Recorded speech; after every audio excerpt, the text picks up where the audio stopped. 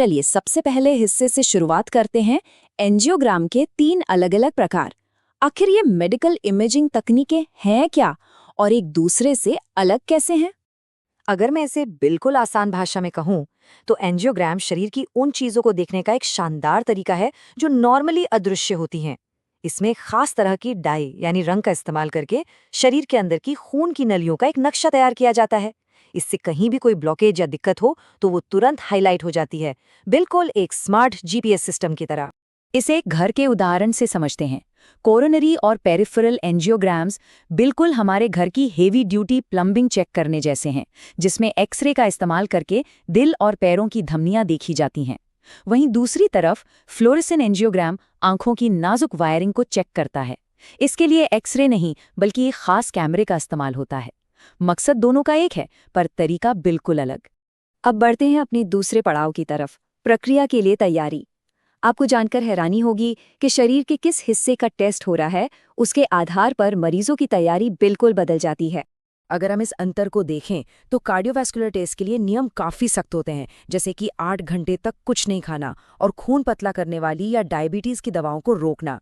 लेकिन आँख के एंजियोग्राम की तैयारी वो एकदम चिल है, कोई फास्टिंग नहीं, बस आँख की पुतली फैलाने वाले कुछ ड्रॉप्स और घर वापस जाते समय धूप से बचने के लिए एक अच्छा सा सनग्लास, बस इतना ही।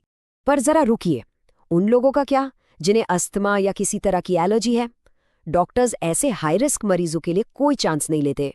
प्रोसीजर से ठीक 13 घंटे पहले, फिर 7 घंटे पहले और आखिरी में 1 घंटा पहले प्रेडनिसोन और डिफेनहाइड्रामाइन जैसी एंटी एलर्जिक दवाओं का एक बहुत ही सटीक टाइम बेस्ड सीक्वेंस दिया जाता है ताकि टेस्ट पूरी तरह सुरक्षित रहे।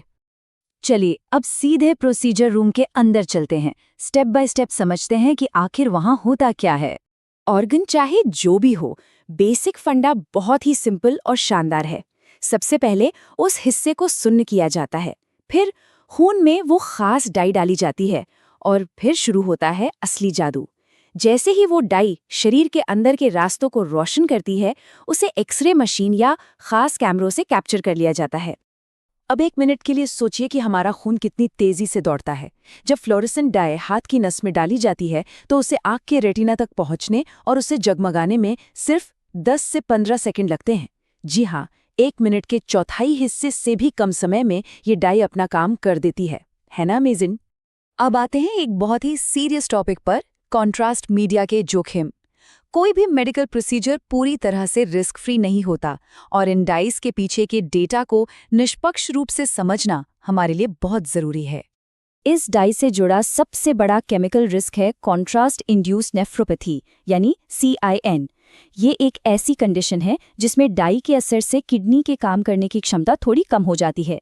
ज्यादातर मामलों में ये टेम्पररी होता है और खुद ठीक हो जाता है, लेकिन कुछ दुर्लभ मामलों में ये परमानेंट भी हो सकता है। अब सवाल ये है कि ये रिस्क किससे ज्यादा है? आंकड़े बताते हैं कि आपकी किडनी पहले से कितनी हेल्दी है, ये सब कुछ तय करता है। अगर आपका बेसलाइन क्रिएटिनिन लेवल 2.0 से कम है तो रिस्क सिर्फ 2.5% है। लेकिन अगर किसी को पहले से किडनी की गंभीर बीमारी है और लेवल 3.0 के पार है तो ये जोखिम अचानक उछलकर 30% से भी ज्यादा हो जाता है। लेकिन घबराइए मत, साइंस कभी रुकता नहीं है।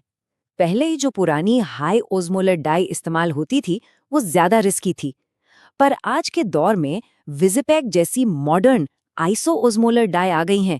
इनकी डेंसिटी बिल्कुल हमारे खून जैसी होती है, जिससे किडनी से जुड़ी जटिलताओं का रिस्क सीधा 30% तक कम हो जाता है। डाई के केमिकल रिस्क की तो हमने बात कर ली। अब बात करते हैं उन फिजिकल रिस्क की जो शरीर की नसों में कैथेटर डालते वक्त हो सकते हैं, यानी संवहनी और गंभीर जटिलताएं। दिल तक एक लंबी ट्यूब ले जाने का ख्याल ही थोड़ा डरावना लगता है ना? लेकिन सच्चाई इसके बिल्कुल अलग है।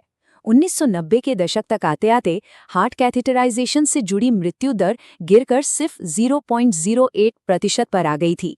यानी ये प्रोसीजर अब अविश्वसनीय रूप से सुरक्षित हो चुका है। और अगर स्ट्रोक जैसी न्यूरोलॉजिकल जटिलताओं की बात करें तो वो खतरे तो और भी कम है। डायग्नोस्टिक टेस्ट में ये रिस्क सिर्फ 0.07% है और अगर स्टेंट डालने जैसा कोई थोड़ा बड़ा प्रोसीजर भी किया जाए तब भी ये जोखिम आधे प्रतिशत से भी काफी नीचे रहता है। असल में जो सबसे आम दिक्कतें होती हैं वो सिर्फ उसी जगह पर होती हैं जहां से कैथेटर शरीर में डाला जाता है, यानी हाथ या पैर पर। वहां थोड़ा खून जमा हो सकता है, जिसे हेमेटोमा कहते हैं, या फिर कोई छोटी मोटी सूजन आ सकती है। पर अच्छी बात यह है कि इन्हें डॉक्टर्स बड़ी आसानी से मैनेज कर लेते हैं। वैसे आंखों वाले फ्लोरेसेंट एंजियोग्राम के साइड इफेक्ट्स काफी मजेदार और हैरान करने वाले होते हैं। सोचिए, आपकी त्वचा कुछ घंटों के लिए पीली हो सकती है और यूरिन बिल्कुल ब्राइट ऑरेंज। ये कोई खतरे की बात नहीं है, बस हमारी किडनी उस रंगीन डाई को शरीर से बाहर निकाल रही होती है। चलिए, अब अपने आखिरी पड़ाव पर आते हैं, परिणामों को समझना। इमेजिंग हो गई, रिस्क भी हैंडल कर लिए गए, अब बारी है उन चमकती हुई तस्वीरों को पढ़ने की। जब कोई भी मरीज इस टेस्ट के बाद उठता है तो उसके दिमाग में बस एक ही सवाल होता है, डॉक्टर साहब, अगर कोई ब्लॉकेज निकला तो अब आगे क्या? इस सवाल का जवाब निर्भर करता है प्रॉब्लम पर। अगर प्लम्बिंग में दिक्कत है तो कार्डियोलॉजिस्ट तुरंत एक गुब्बारे या स्टेंट का उपयोग करके उस बंद रास्ते को खोल सकते हैं। और अगर आंखों की वायरिंग में परेशानी है तो डैमेज को रोकने के लिए टारगेटेड लेजर का इस्तेमाल किया जा सकता है, या फिर सिर्फ दवाइयों और लाइफस्टाइल में बदलाव से भी काम चल सकता है। कुल मिलाकर बात यह है कि विजुअल मैप्स आज भी मेडिकल साइंस में डायग्नोस्टिक्स का गोल्ड स्टैंडर्ड माने जाते हैं। ये हमारे शरीर के अंदर छिपे हुए खतरनाक रहस्यों को बिल्कुल साफ और सॉल्व करने लायक ब्लूप्रिंट्स में बदल देते हैं।